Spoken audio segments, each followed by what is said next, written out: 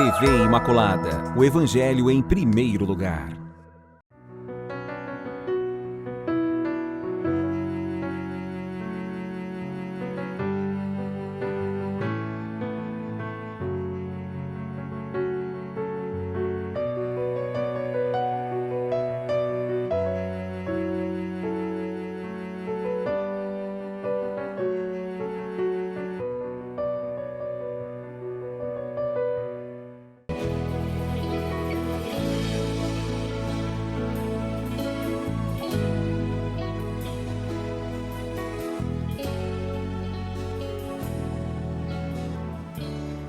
Com muita alegria, estamos de volta ao programa Respostas. Quero saudar você que está aí na audiência, aqui acompanhando com a gente aqui pela TV Imaculada. Padre Adriano, mais uma vez, se vocês me permitem, estamos aqui juntos nesse programa que traz informações, esse programa que busca, junto com todos vocês, encontrar aqueles caminhos que nos apontam, que nos levam, sobretudo, às grandes reflexões sobre a nossa fé e o que a nossa fé diz sobre nossas opções e nosso discernimento cotidiano. Porque assim se diz que a fé é uma luz, e é uma luz que ilumina todas as grandes realidades da nossa vida. Inclusive, nós estamos tratando nesses tempos, inclusive sobre o documento que nós lemos. Vocês sabem que o programa Respostas, no primeiro momento, ele se concentra sobre uma reflexão a partir de um tema e de um texto. E depois desse texto a gente retoma as reflexões. E nós estamos tratando exatamente do grande tema, e é a terceira parte desse documento. Já estamos no capítulo 4, né, da Gaudium et Spes. Esse documento que fala, inclusive, sobretudo, substancialmente, das relações que se estabelecem entre a Igreja e o mundo. O mundo entendido na sua autonomia secular, né? Na sua autonomia, na sua sã autonomia. E veja que a missão da Igreja no mundo atual é o grande tema, e cada programa a gente desce ao subtítulo, que na verdade é o argumento diretamente tratado. E agora nós estamos na parte 3 desse subtítulo, que fala sobre a ajuda que a Igreja oferece à atividade humana. 2 pontos, né, importantes aqui. É uma ajuda que a Igreja oferece à atividade humana. Que relação que existe, então, entre a Igreja e a atividade humana? Ou qual a contribuição específica da Igreja em relação à atividade humana? Como de costume também, a gente disponibiliza a leitura, é o que nós vamos fazer agora, e você vai poder acompanhar esse texto, e a gente volta na sequência para refletirmos juntos sobre esse tema, que vai falar sobretudo ao coração dos batizados, haja vista que essa perspectiva que vê a atividade humana como uma continuidade, como um elemento constitutivo do nosso estar no mundo, nós vamos ver que a atividade humana é também caminho para a salvação. O nosso comprometimento terrestre com as realidades deste mundo tornam o nosso caminho, fazem parte e integram o nosso caminho para Deus. Então vamos agora acompanhar a leitura e voltamos na sequência. A função da Igreja no mundo atual. Ajuda que a Igreja oferece à atividade humana, parte 3.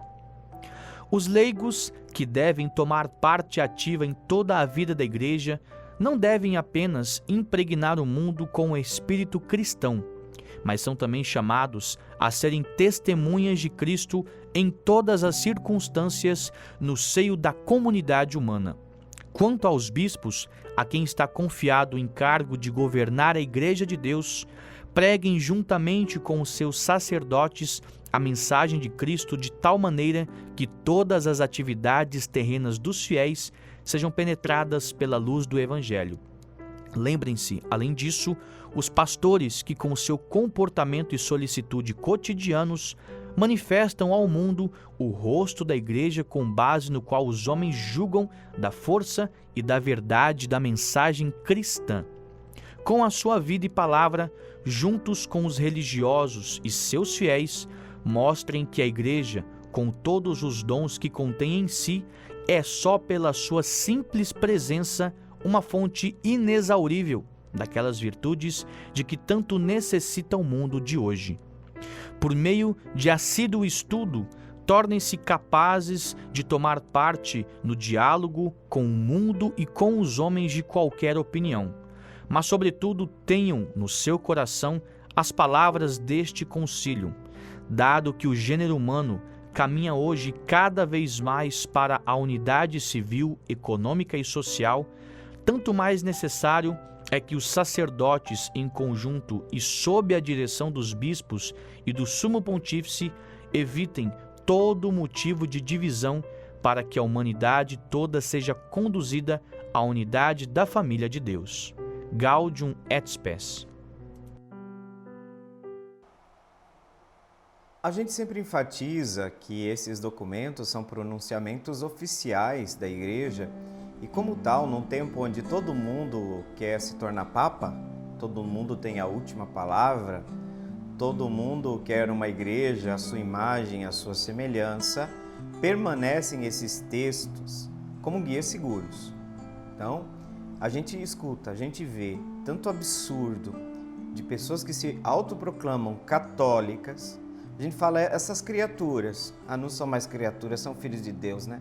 Esses filhos de Deus nunca leram, nunca procuraram conhecer a igreja. Será que a ideologia adulterou de tal modo a concepção e a visão de mundo dessas pessoas que não conseguem, por exemplo, entender o que o Espírito está dizendo à igreja hoje?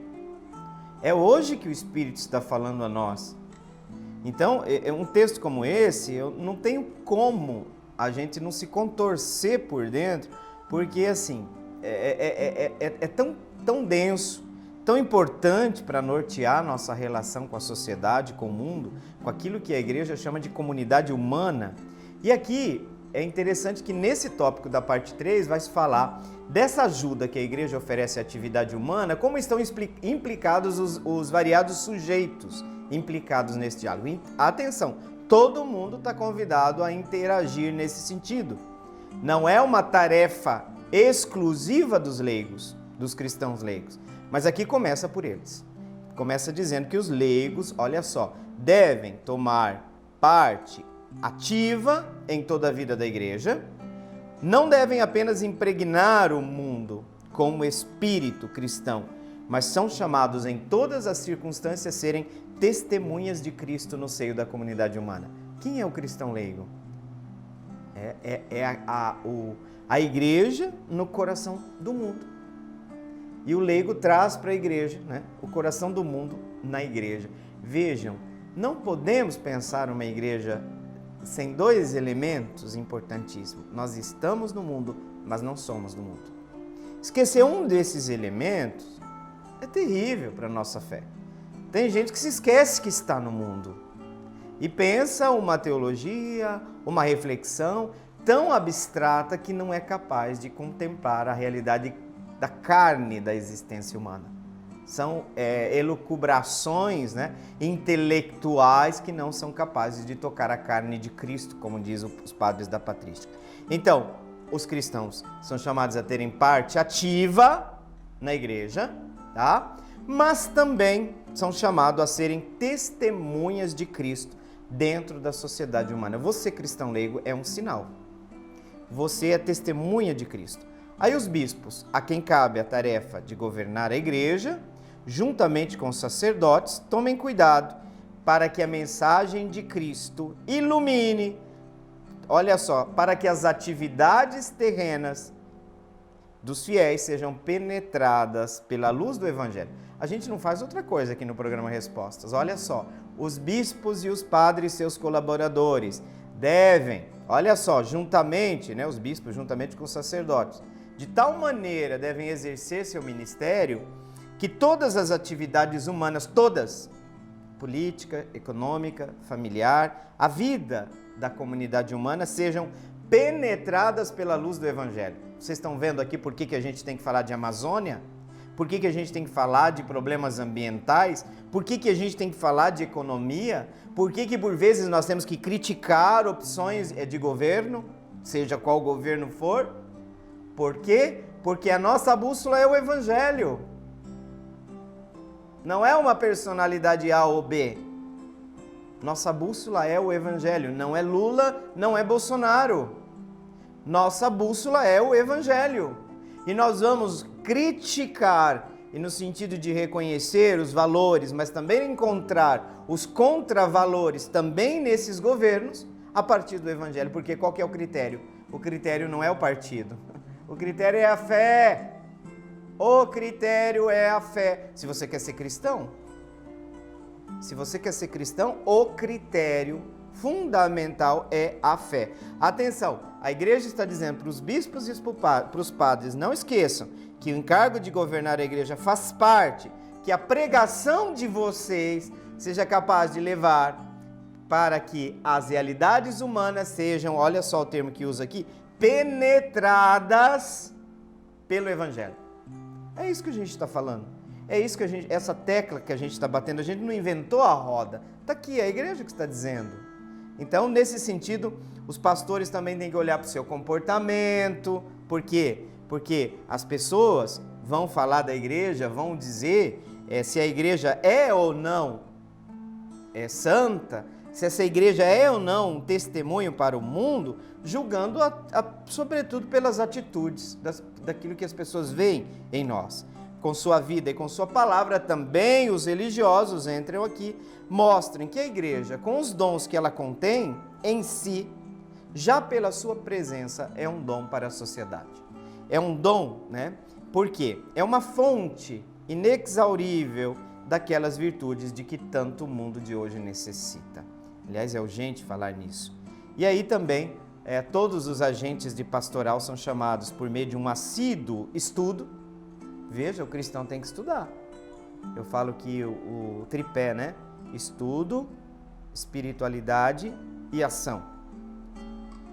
Eu sempre falo para o pessoal dos movimentos, olha, vocês são um pezinho da igreja. Falta dois. Faltam dois. Qual os dois?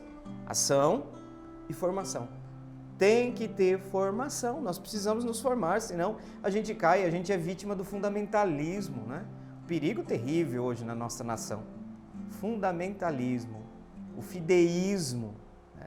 Ou por outro extremo também um racionalismo exagerado. Então, a igreja tem seus dons e apresenta-se hoje como uma fonte desses valores, daquelas virtudes que o mundo de hoje necessita. Então, os homens, né, as mulheres, o ser humano, precisa estudar. Para quê? Para que os cristãos se tornem capazes de tomar parte no diálogo com o mundo e com os homens de qualquer opinião. Gente, de qualquer opinião. Inclusive de gente que não crê em Deus. Para que a gente precisa estabelecer esse diálogo? Porque nós moramos na mesma casa comum. Então nós precisamos dialogar com quem crê diferente, com quem não crê. Aqui não está dizendo para a gente selecionar, olha, com esse eu dialogo, com aquele não. Aqui está dizendo, olha, por meio de assíduo estudo, os cristãos tornem-se capazes de tomar parte no diálogo com o mundo. Não é para fazer guerra com o mundo, diálogo, que nem sempre vai concordar, às vezes vai dizer, olha, aqui não dá, isso aqui é incompatível com o evangelho, a gente não pode concordar com isso. Ou então a gente vai dizer, olha que bonito, que aspecto bacana, né? Então a gente precisa entender que o diálogo com o mundo é fundamental e a gente tem que conversar, dialogar com as pessoas de qualquer opinião. E as palavras do concílio falam que hoje o gênero humano caminha cada vez mais para uma unidade civil, econômica e social. Dentro já tinha presente a perspectiva da globalização, né? Vamos assim dizer, o Papa, a Igreja está convidando, gente, no concílio a evitar todo motivo de divisão. Entenderam? Essas dilacerações do corpo de Cristo por causa de propaganda política é algo que é terrível para as nossas comunidades. Olha aqui que a igreja está dizendo, evitemos todo motivo de divisão, porque a comunidade, a humanidade seja conduzida à unidade da família de Deus. Então, todo motivo de divisão, isso significa que o nosso trabalho no campo também da política, é mostrar o direito que cada pessoa tem de ser respeitada nas suas opções e não ser demonizada ou violentada por isso. Então, essas diferenças, elas são enriquecedoras, mas não devem ser causa de divisão entre nós. Nós vamos para um intervalo e voltamos na sequência para o segundo bloco do programa Respostas. Até já!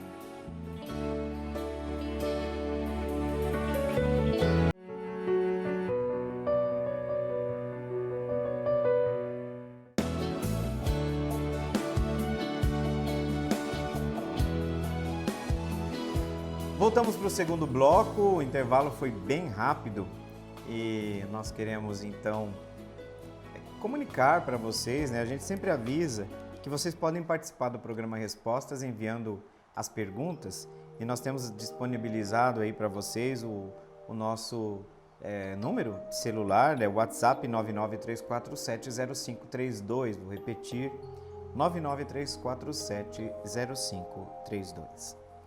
É interessante que, quando nós falávamos na reflexão anterior, que os cristãos não sejam causa de divisão. Se tem uma coisa que me entristeceu nesse 7 de setembro, é o uso político partidário, inclusive de símbolos nacionais. Quando nós deveríamos estar todos unidos enquanto nação, porque nação vem antes das nossas opções políticas, nós estávamos mostrando simplesmente que o nosso lado é a salvação única, que o nosso lado é o único que presta, e esses discursos levados ao campo do cotidiano das nossas vidas, a gente já tem histórias de violência com pessoas por motivação política partidária. E é feio a gente ver que muitas das nossas comunidades estão se prostituindo. Eu falo com muita tristeza, utilizando da própria igreja para fazer campanha política. Que vergonha! Cristo não é cabo eleitoral nem de A, nem de Z. Não existe numa democracia um candidato de Deus. Nós não estamos elegendo o Papa, estamos elegendo um político, um governo, um servidor do Estado. O Estado vem primeiro, a nação vem primeiro, o país vem primeiro, porque governo hoje é um, amanhã é outro. Temos que parar urgentemente com esses discursos de ódio.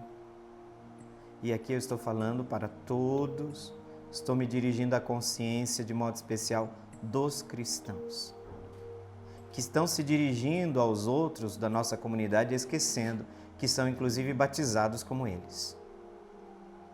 É vergonhoso o que nós estamos acompanhando dentro das nossas comunidades. Grupos de igreja, se você quer fazer campanha, não faça em grupos de igreja, porque ali aparece que é a igreja quem está apresentando e a igreja não tem nenhum candidato. A Igreja Católica. Eu acredito que certas denominações pagarão o preço exatamente por escolherem, dar a César o que é de Deus. Então, é triste ver que um dia que era para nós celebrarmos a independência do Brasil, nós passamos a defender nossas bandeiras e, o pior, usurpar o símbolo nacional, que é suprapartidário. Eu quero lembrar que a bandeira brasileira é suprapartidária. Ela é de todos os brasileiros que nasceram nesse país, que pagam impostos e que têm o direito, numa realidade pluripartidária, de acreditar na direita e nela confiar o seu voto, de acreditar na esquerda e nela confiar o seu voto. Então os grupos estão usando a religião, e é por isso que eu estou falando aqui, simplesmente por causa do argumento religioso. Não vamos prostituir nossa igreja. Deus não tem candidato. Deus não é cabo eleitoral nem de um nem de outro. E por isso que eu estou falando isso, porque a próxima pergunta nos ajuda a voltar a pensar que nós não estamos no paraíso e que alguns discursos são antidemocráticos, para não dizer anticristãos. Porque o outro tem direito de pensar diferente de mim. O outro tem direito de pensar diferente de mim. Então, quando eu defendo o direito que o outro tem de dizer o que pensa, ao mesmo tempo eu estou defendendo o meu. Então, por que eu estou falando tudo isso? Porque a pergunta próxima, que tem a ver, inclusive, com esse momento que a gente está vivendo, é uma resposta que o compêndio de doutrina social da igreja respondeu, e eu quero responder com a igreja, não quero falar eu aqui, né? Minha opinião, simplesmente, mas foi uma pergunta da Ana Paula, lá do Carandabosque. A Ana Paula pergunta: eu posso votar, me comprometer com um partido político que não concorda em tudo com a doutrina católica? Ou seja, primeira coisa que a gente já vai dizer, claro que sim, porque não existe um partido que é a expressão absoluta e total do evangelho e da doutrina da igreja. É isso mesmo. Você pode se comprometer com um partido político, sim, que nem sempre, Ana Paula, concorda com a doutrina da igreja, porque um partido que seja uma linha, que seja plenamente de acordo com a doutrina da igreja, não existe. Não existe. Não existe. Ah, mas condenou isso. Mas condenou isso, canonizou outra coisa? Então, gente, é uma tristeza a gente ver que as pessoas estão tirando das outras o direito de escolher. Por quê? Porque joio e trigo estão dentro do coração humano. Estão dentro do coração humano. A gente tem que estar vigiando. O que a gente fala vigiando? O cristão tem que vigiar, o empresário tem que vigiar, o professor tem que vigiar, né? Todos nós temos que vigiar. Por quê? Porque a tentação de dar um jeitinho, tá? De colocar os próprios interesses acima do interesse do bem comum é cotidiano. Dentro da igreja também. Como é triste quando um padre dentro de uma paróquia coloca os seus interesses acima do bem comum. Isso acontece dentro da própria igreja, que dirá dentro dos partidos políticos. Então paremos de idealizar político. Paremos de endeusar homens. Pelo amor de Deus. Então a gente fica assim com muita tristeza de ver esse fanatismo político que tem dilacerado nossas comunidades, nossas famílias. Muito triste. Então sim, a gente pode se comprometer, Ana Paula, com um partido político que nem sempre concorda com a doutrina da igreja. E quem que está dizendo isso, né? Olha só, o próprio Doquete que fala, né? Que é o compêndio de doutrina social da igreja. Mas vamos lá, eu disse que sim, mas a gente precisa dizer por quê, né? A gente precisa dizer por quê, né, Ana Paula? O cristão, ele tem o dever como cidadão, porque o cristão também é cidadão, tá? Eu sou padre, professor, eu também sou um cidadão. Não tirei minha cidadania, tá? Como católicos, nós temos a missão de transformar a sociedade. O Papa Paulo VI dizia, olha, nós temos a tarefa de transformar a sociedade numa civilização do amor. Tá difícil, né? Civilização do amor. Olha que tarefa. Então, quando a gente se compromete com um partido, porque chega a hora que numa eleição nós temos que escolher, e esta escolha ela é partidária, tá? A realidade pluripartidária é um elemento essencial do sistema democrático.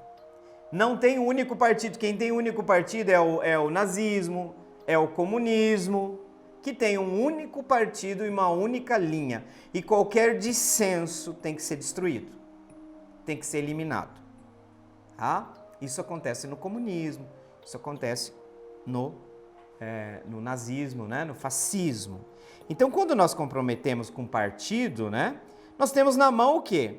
Um meio que a gente tem, um instrumento que a gente tem de, por exemplo, pensar no bem comum, de pensar um partido que seja capaz de, por exemplo, de se preocupar com os mais frágeis dentro do tecido social, né? A defesa desses grupos e, sobretudo, tem que ter presente o bem comum.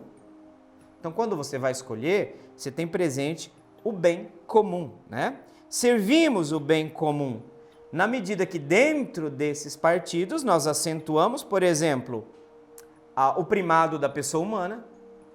Se você é um cristão escolher um partido e você inclusive é adepto de um partido, você tem que lutar dentro do seu partido para o princípio da centralidade da pessoa humana e também de pensar um partido que construa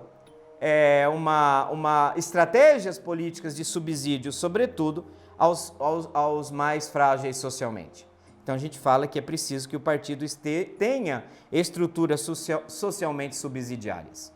Haja vista a situação que nem sempre consegue realizar a justiça.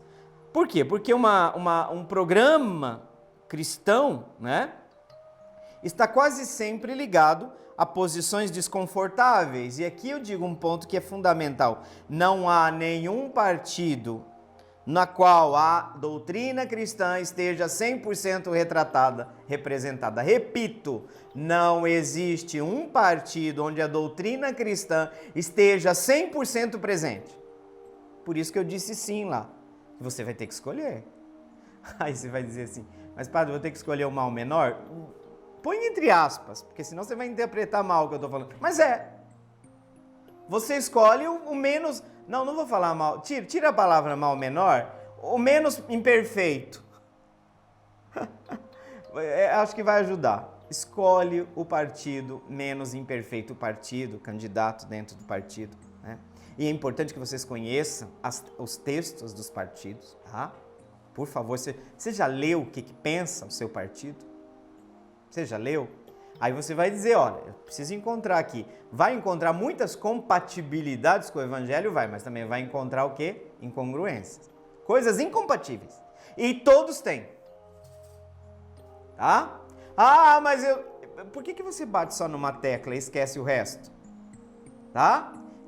Não tem um partido que seja a representação cristã dos valores cristãos da doutrina social da igreja. Não existe.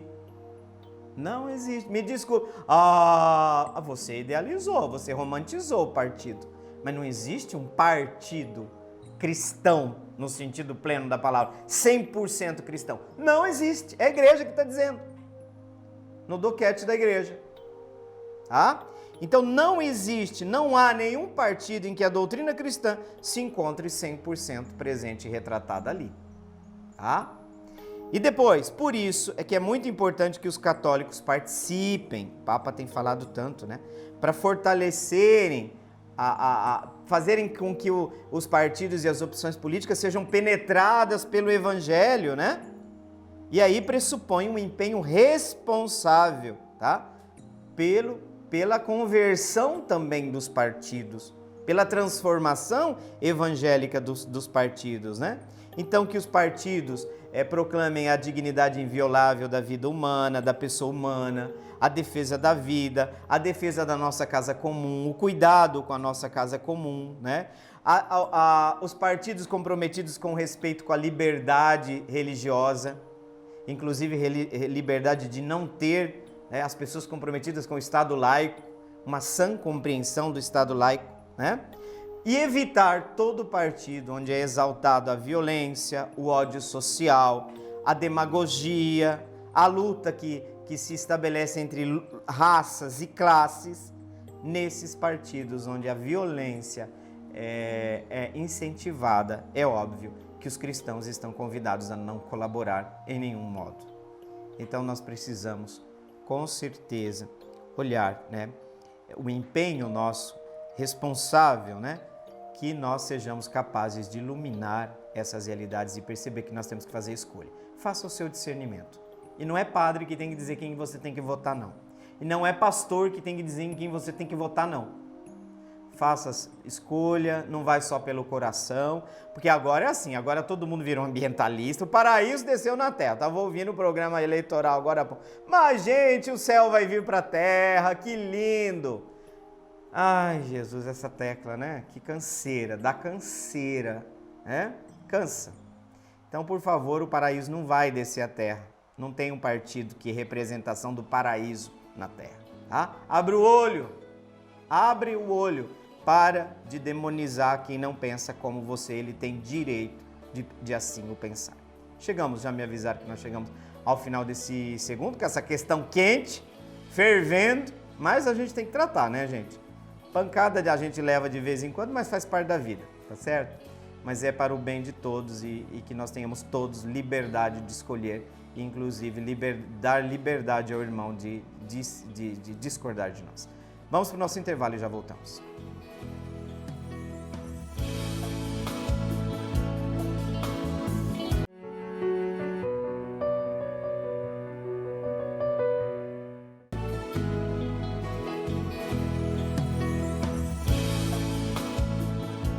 Estamos de volta agora já ao terceiro bloco do programa Respostas. Quero saudar você que está aí com a gente desde o início do programa, mas também para você que chegou agora. Seja muito bem-vindo. Nós estamos fazendo um percurso, o bloco anterior ferveu, né? Como a gente costuma dizer. A pergunta dizia respeito ao campo do comprometimento do cristão com um determinado partido político, né? E quando esse partido, por exemplo, parte dos seus valores e ensinamentos não são compatíveis com a fé, com os valores, né? E a gente concluiu ali, de fato, que não existe um partido que seja a representação na terra do evangelho vivo. Não existe. Então, o cristão tem que fazer uma escolha. Fazer uma escolha e é uma seleção dizendo, como diz aquela história, né? As compatibilidades e as incompatibilidades, sempre à luz da fé. Sempre à luz da fé. Não é torcida, tá? Tem que olhar se você não está ficando um pouco fanático. E aí a gente precisa voltar ao Evangelho. Isso a gente precisa sempre. Né? Muito bem. A Mariana, agora, terceiro bloco, é uma pergunta da Mariana lá do bairro Tiradentes. Eu penso que a Mariana deve ter visto e vocês estão acompanhando, não sei se já ouviram falar, que os nossos bispos, os bispos do Regional Oeste 1, e também do Regional Oeste 2, do Mato Grosso, estão visitando o Papa em Roma. A chamada visita ad limina. A pergunta da Mariana é exatamente sobre isso. O que significa visita ad limina? Vejam, os bispos, eles são os pastores de suas respectivas dioceses e comunidades. Essas dioceses estão espalhadas pelo mundo todo. No caso do Brasil, determinadas regiões do país são chamadas de regionais, onde tem um arcebispo e bispos nas dioceses próximas. Aqui no nosso estado do Mato Grosso do Sul, nós temos o chamado Regional Oeste 1, e é composto por 7 dioceses, uma delas Campo Grande. Esses bispos daqui e do Mato Grosso foram visitar o Papa para uma visita prevista que os bispos fazem ao sucessor de Pedro em tempos determinados, normalmente a cada 5 anos. O que acontece? No Brasil, hoje, nós temos 317 bispos titulares. É um número, vocês imaginam que é um número considerável. Por que se faz a divisão por regionais? Porque vocês imaginem 317 bispos falando com o Papa. E tem um momento com o Papa. Aliás, é o segundo momento, o terceiro, pode dizer, momento da visita. O que é essa visita ad limina? O que significa? Traduzindo do latim ad limina, no limiar, né? A visita ao limiar dos apóstolos. Porque os bispos não é uma visita simplesmente como prestação de contas. Não é simplesmente uma visita administrativa, é uma peregrinação. Porque os bispos levam consigo suas igrejas particulares, suas dioceses. Então, nós fomos com os bispos, nós estamos em comunhão com nossos bispos. Eu estou e faço questão de estar, até para a gente ter segurança naquilo que a gente fala, para dizer que nós estamos em fidelidade ao depósito da fé, ao que nós recebemos do Senhor. Então, nossa comunhão se estabelece também com essa organização com os ministérios da igreja, né? Com a estrutura hierárquica da igreja. Então veja, os bispos vão em peregrinação ao túmulo dos apóstolos São Pedro e São Paulo. Então visita ao limiar, né? Ao limiar dos apóstolos. Eles vão ao túmulo dos apóstolos Pedro e Paulo e também visitar, nesse sentido, o sucessor de Pedro. É o sucessor do apóstolo Pedro. Então, no nosso caso, são 317 bispos titulares. Eles são divididos em grupos, né, de acordo com os regionais da Conferência Nacional dos Bispos do Brasil. E o nosso regional Oeste 1, junto com o regional do Mato Grosso, está nesse momento, então, praticamente terminando a visita ad limina. Sabemos que por causa da pandemia, essas visitas no mundo todo pararam, né, cessaram. E aí eu queria dizer para vocês o que faz, Mariana, na visita ad limina. Tem 3 momentos da visita ad limina, tá? A programação, digamos, da visita ad limina se desenvolve em 3 momentos fundamentais. Em primeiro lugar, é uma visita ao túmulo dos apóstolos São Pedro e São Paulo, que estão, inclusive, em 2 basílicas distintas. 2 basílicas em Roma, São Paulo fora dos muros e a Basílica do Vaticano, né? Inclusive, a gente viu nas redes sociais as fotos dos bispos lá no túmulo de Pedro, na Basílica, nos subterrâneos da Basílica São Pedro, celebrando a Santa Missa, né? Que momento bonito. Então, o primeiro objetivo é a peregrinação ao túmulo dos apóstolos Pedro e Paulo, ao qual é celebrada uma Santa Eucaristia, exatamente como sacramento da unidade, para ressaltar a comunhão e a fé dos bispos.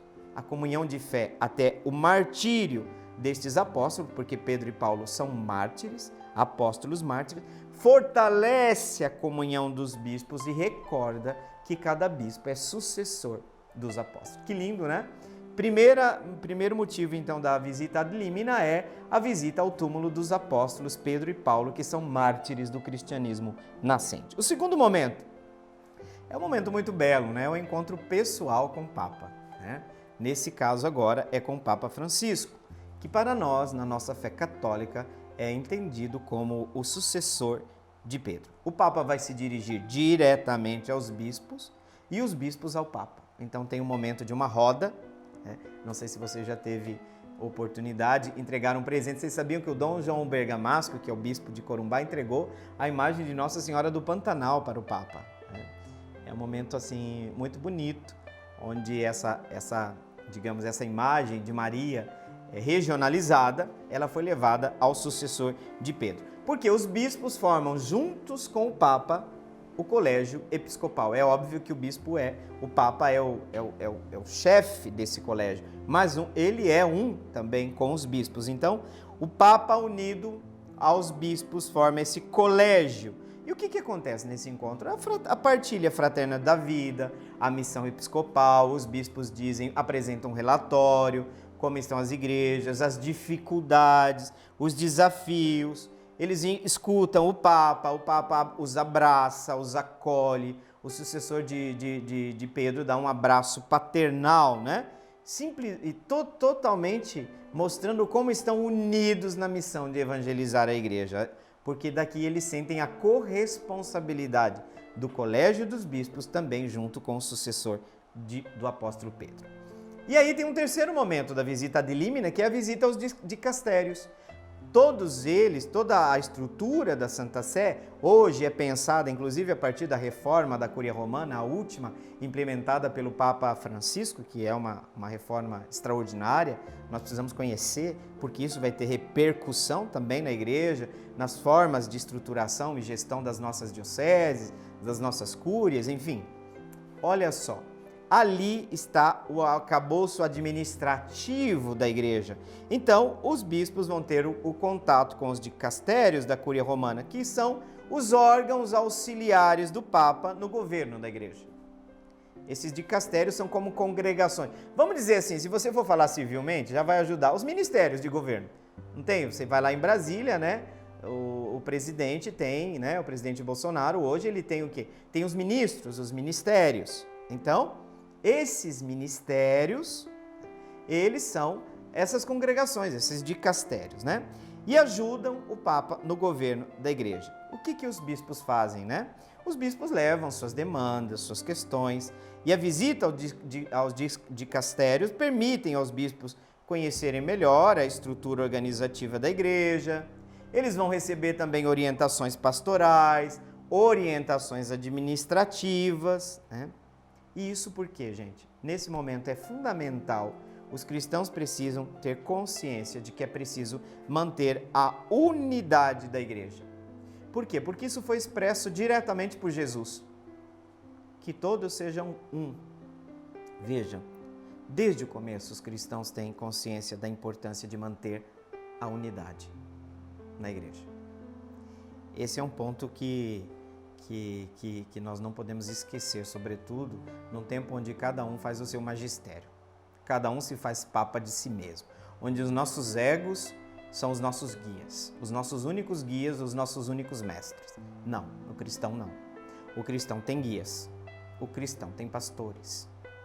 Então, a gente precisa manifestar. E essa comunhão se manifesta em vários níveis, para dizer a partir da nossa fé. Por exemplo, a unidade da fé. Esses bispos creem todos, fazem inclusive lá no Vaticano a profissão de fé esses dias. Bonito, né? Acho tão bonito isso. Os papas, diante do túmulo do apóstolo Pedro, chega um momento da missa que eles têm que fazer a profissão de fé. Creio em Deus Pai. Veja que graça, né? Então nós estamos unidos pela unidade da fé, a unidade nos sacramentos. Esse é um outro ponto importante, falando aqui propriamente, diretamente. Talvez você não seja católico, você que está participando, mas aqui eu estou falando dos núcleos de unidade sem o qual nós perdemos nossa identidade. Então, núcleo na fé, profissão da mesma fé, núcleo dos sacramentos, a unidade na celebração dos sacramentos, mas também a unidade na organização pastoral, no sentido que nossa unidade na organização, na estrutura organizativa da igreja. Por isso que nós católicos estamos em comunhão com o Papa. Esse é um elemento essencial da nossa fé. Você não gosta do Papa? Problema seu. Resolva. Mas o Papa é o guia espiritual dos católicos. Não é nem Lula nem Bolsonaro. Ele é o guia espiritual dos católicos. Tá? Se você está trocando de lugar, você está invertendo, irmão. Irmãozinho, volta para a fé. Volta para a igreja. Ah, você está desviando da fé. Gente aí que vive rezando o terço chamando o Papa de comunista. Incompatível. Quem é você para dizer que você tem critérios para dizer que o Papa está fora da fé? Agora você é juiz supremo? Você virou o Supremo Tribunal Católico? O que é? Agora é parte do Supremo? Então, eu falo essas coisas porque precisa ser dito. Ah, não gostou? Paciência. Um pai também tem que, às vezes, dizer alguma coisa para o filho que vai doer no coração. Me alegro em ter que dizer isso? Não. Mas muitas pessoas se afastaram do caminho da igreja por causa das ideologias políticas, que por vezes é de extremismo de esquerda, por vezes é extremismo de direita, porque não é só a esquerda que tem extremismo, não. Não é só o outro que tem extremismo. Muita gente se afastou da fé. Acha que está crendo, mas se você está achando que você é um católico sem estar em comunhão com o Papa, tem alguma coisa errada e não é com a igreja. Já vou te adiantando. Resolve aí, vai fazer uma confissão, retoma a sua comunhão com o Papa, tá bom? Veja que a missão do Papa foi dada pelo Cristo, né? Confirma os irmãos na fé. Pedro, confirma os irmãos na fé. Então tem muita gente que virou as costas para Pedro, porque tem um outro guru que apareceu aí, né? Então vamos lá, vamos tomar cuidado com isso. Unidade na estrutura organizativa. E a gente tem que manter, cultivar a unidade. Por isso que esses meios são meios de cultivo da unidade. Cultivar a comunhão. Quais são? As visitas ad limina são um desses meios de comunhão. Entendeu? Mariana, né? A Mariana. São um dos meios da gente manter a comunhão na tradição da igreja, na fé, na nossa fé única, né? Então são realizadas, prescritas, digamos assim, a cada 5 anos, essas visitas, tá? Então são meios de manter a comunhão. Então não é um simples ato jurídico administrativo, é um momento não é somente uma prestação de contas, né? Mas é um ato que o bispo cumpre, né? Junto da sua diocese, em união com toda a igreja, para favorecer a unidade, fortificar a caridade, a solidariedade na fé e também no apostolado. Então, é um momento muito bonito, rezemos, aliás, eu peço que vocês também rezem pelos nossos bispos que estão trazendo-nos esse abraço do Papa, né? Ao abraçar nossos bispos que retornam, e é importante fazê-lo, nós estamos também abraçando o nosso Papa, o sucessor do apóstolo Pedro. Chegamos ao final, então, do nosso programa Respostas e nós queremos invocar a bênção de Deus, esta bênção que nos fortalece no caminho da fé, também no caminho do amor, o amor também a quem pensa diferente. Se você é de opção de linha política direita, lembre que você tem que amar aquelas pessoas que optaram, que pensam que é melhor a linha de esquerda. Se você é de esquerda, não demonize o seu irmão de direita, ele também é irmão, ele foi batizado em Cristo. Nós não somos nem de Paulo, nem de Paulo, todos nós todos somos um em Cristo. Então que a bênção de Deus reforce a unidade nessa igreja que por vezes, por causa dos nossos pecados, se apresenta tão dividida. Então, por intercessão de Maria Imaculada, Maria Mãe de todos nós cristãos, que por sua intercessão, por essa bênção, se fortaleça a unidade e se supere a divisão nos corações. Desça sobre nós a bênção de Deus Todo-Poderoso, Pai, Filho e Espírito Santo. Amém. Muito bem, obrigado. Muito obrigado pela sua companhia. Eu espero que você tenha gostado do programa Respostas. Se não gostou, se tem críticas também, manda recado para nós, tá? Sem problemas, a gente está sempre aqui com o desejo de servir cada vez mais vocês. Até o próximo sábado. Fiquem com Deus e até lá.